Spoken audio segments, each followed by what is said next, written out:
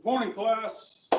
Advanced Curriculum Instruction. I'm Charlie Ebright, and I'm putting together a video today to show you what I did for my unit. I thought it would be a good idea to do it this way because this is actually how I teach my class for remote learners this school year. It's been a big learning process with the technology, but I think I've built a system that works really well. I actually finished the first part of this unit, actually giving the test today and yesterday. So this unit right here is on World War II, and this is for seniors that are taking this class for college credit, actually through Friends University. It's a dual credit class, and so we're going to be looking at, basically college level teaching here.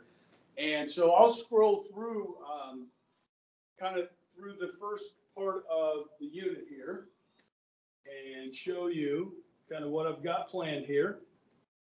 These are some of the rubrics that I have that will appear on long answer questions during their testing. Okay. And let's see here.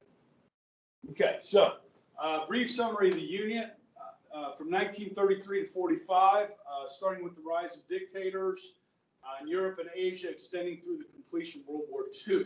Okay, so basically I do PowerPoint notes with my students. Okay, these are just kind of the first slides of Module 20 and Module 21. Okay.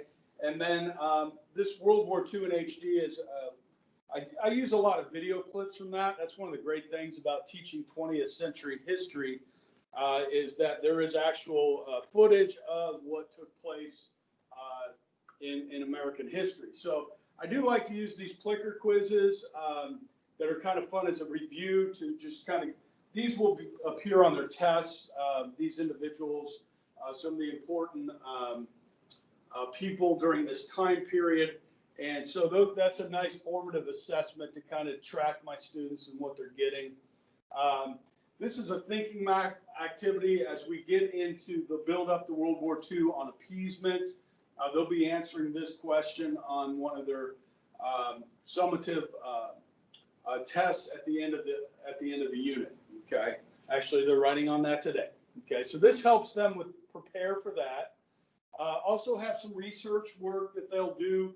I can't cover everything in World War II, so I try and select some good questions that they can look up and think about and work on individually or in groups. So that's something they'll be able to take home and work at home on. And then these are summative assessments here. Okay.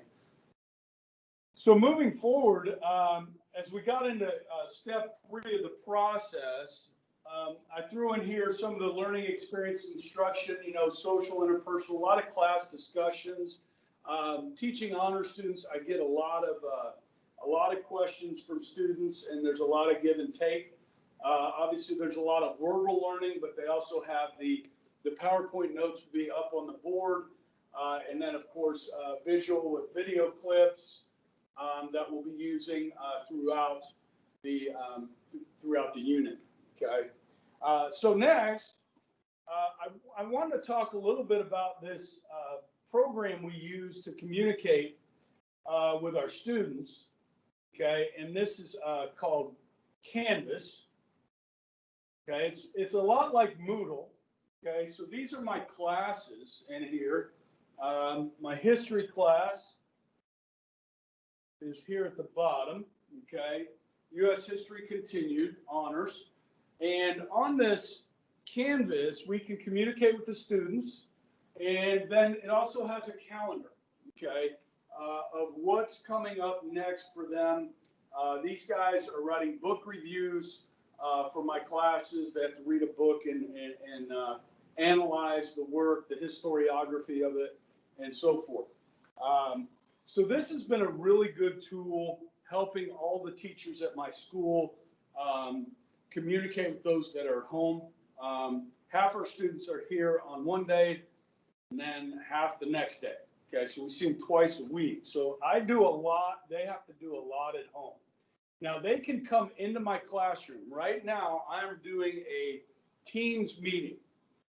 That's how I'm recording this. So I send all my students an email, and the ones that are at home this morning can come in live to the classroom and actually ask questions in the meeting. You know, sometimes I'll have as many as 8 or 9 students that are live streaming in, and maybe 8 or 9 students that are here in the classroom. So that tends to work really well. Now, if they are not available to come in live, I record this session, just like I'm going to be recording this and sending this to you. Now, I put that up on my YouTube channel, okay, so that they can go to the YouTube channel, or they can, I'll put it in Canvas, that other program that I was just talking about. But I can see here how many views I have. Okay, so this was my last, this was kind of a review day that I recorded. I had 13 views here 4 days ago. And so for my history class, I also teach in government classes as well. So this is a great tool for me to store my videos and also to make them available to students. So that's really the technology I'm using to achieve these goals. Okay, so I'm going to go back to the unit. Okay, and Dr. Gibson asked us to put something in about online behavior and cell phone use and so forth. So Canvas, that platform is available on their cell phones, obviously, as is YouTube.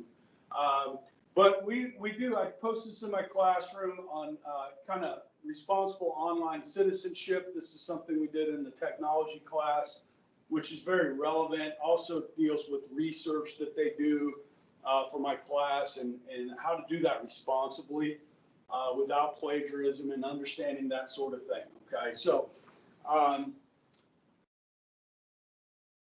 moving on, I went to kind of went through the lesson plans, and this actually ended up being about 22, 23 days to cover World War II.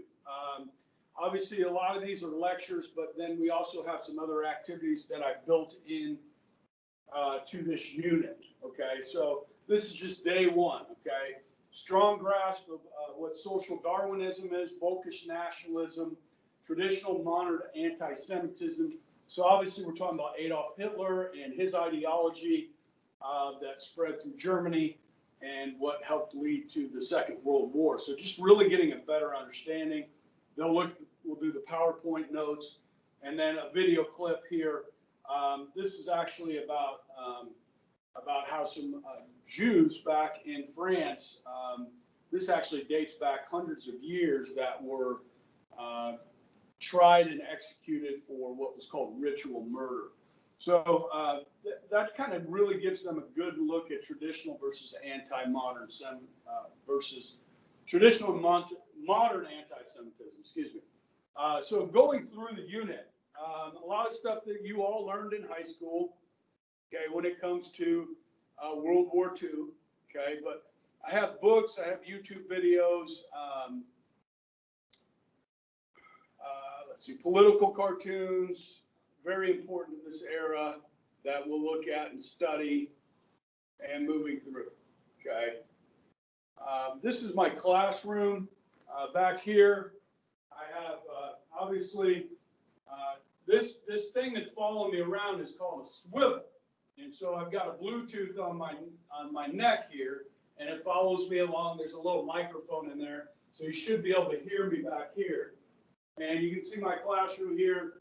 We talk about, I have a lot of World War II stuff in here. We'll spend a lot of time on it. But it's kind of a warm environment, not too dark, but it's a space where hopefully the kids feel comfortable and relaxed, so they can learn to the best of their ability. Okay, so I'll just run through this real quick. Come on, and show you some more of what I got with the some of the more interesting days that I bring in here. And here's one that we did was virtual tours. I went online and found several websites that have museums in the United States that they've put together virtual tours. And so they do one day in the computer lab, and I'll have a scavenger hunt. We have Pensacola Naval Air Station Museum, National Marine Corps, National Museum of the Air Force in Dayton, which that's on my bucket list, Pacific War Museum, and these are really good websites. So we'll go through there, and I'll give them a list of things to look for, people and aircraft and so forth. I'm kind of into, airplanes. My dad was a pilot, and so in the Korean War, and so we talk a lot about the air war and World War II and some of the aircraft. Kids seem to enjoy that. Okay, moving forward. So we get through Pearl Harbor with the first test and the lessons. And here you have a review section. I give them review sheets. They can work on those together in class, collaborative learning, and then the summative tests. Okay. And then we move into the second part after Pearl Harbor and go through here. Got some more research questions for them to do. And then, work our way through the unit. Videos are great here. Usually no longer than like 4 minutes will I use a video. Obviously with the movie Pearl Harbor, I show a little bit longer than that. And then when you get to D-Day, you can, these are 17, 18-year-olds get permission to show them the first few minutes of Saving Private Ryan, which is graphic, but important to see really what the American, Canadian, and British troops were up against on that important day in June of 1944. So, working our way through here, lots of maps, so the kids know where they are in history and so forth.